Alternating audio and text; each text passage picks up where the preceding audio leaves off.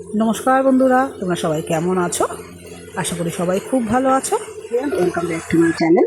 আমি এখন তোমাদের সঙ্গে একটা নতুন রান্নার রেসিপি শেয়ার করছি, মালাই টিক্কা কাবাব। তার জন্য দেখো আমি এখানে বোনলেস চিকেন নিয়েছি।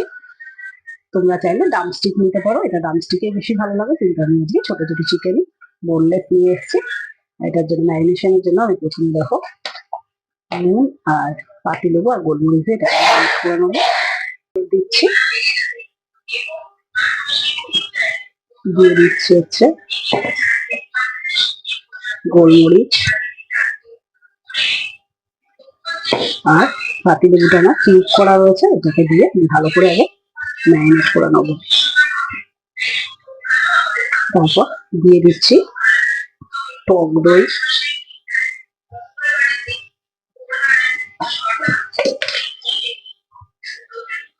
জিরে গুঁড়ো,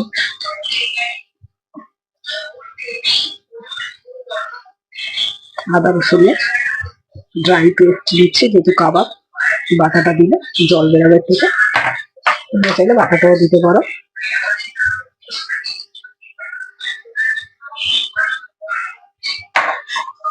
সামান্য একটু এলাচ গুঁড়ো দিচ্ছি,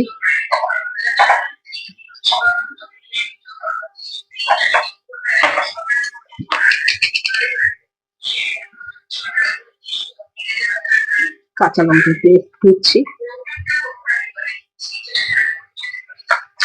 বাইন্ডিং এর জন্য সামান্য একটু বেসন দিচ্ছি, বাইন্ডিংটা যাতে ভালো হয় তার জন্য সামান্য একটু দিয়েছি, আর একটু চিজ কিউব করে দেবো। এই চিজটাকে আমি একটু গ্রেট করে দিয়ে দেবো।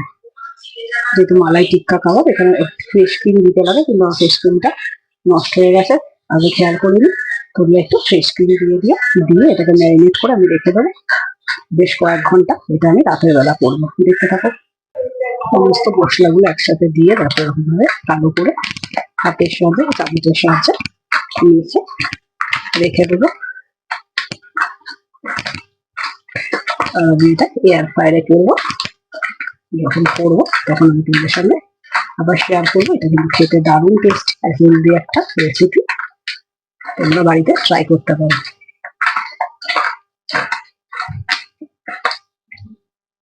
ম্যারিনেট করা হয়ে গেছে।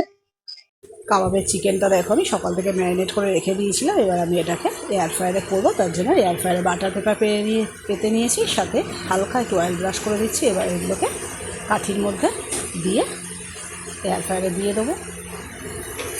এটা 18 মিনিট টাইম লাগবে, আর 200 ডিগ্রি সেলসিয়াসে আমি কাবাবটা করবো এয়ার ফ্রায়ারে। তোমরা চাইলে তাওয়াতেও করতে পারো, হালকা একটু অয়েল ব্রাশ করে, বা মাইক্রোওভেনে করতে পারো, বা গ্যাসেও করতে পারো। যেহেতু আমি অয়েল ফ্রি করবো একেবারে, তার জন্য আমি এটা এয়ার ফ্রায়ারে দিলাম। দেখো টাইমটা সেট করছি। আমি তন্দুরি অপশানে কাবাবটা দিচ্ছি 18 মিনিট আর 200 ডিগ্রি সেলসিয়াসে। দেখতে থাকো, দেখো কাবাবটা আমার একটা পিঠ লাল লাল হয়ে গেছে। এবার এটাকে উল্টিয়ে দেবো, দিয়ে আর একবার এয়ার ফ্রায়ারে দিয়ে দিলাম 9 মিনিট। এক পাশ করে 9 মিনিট করে করলেই কমপ্লিট হবে। যদি মনে হয় একটু কাঁচা আছে তাহলে তোমরা আরও 2 মিনিট দিয়ে দিতে পারো।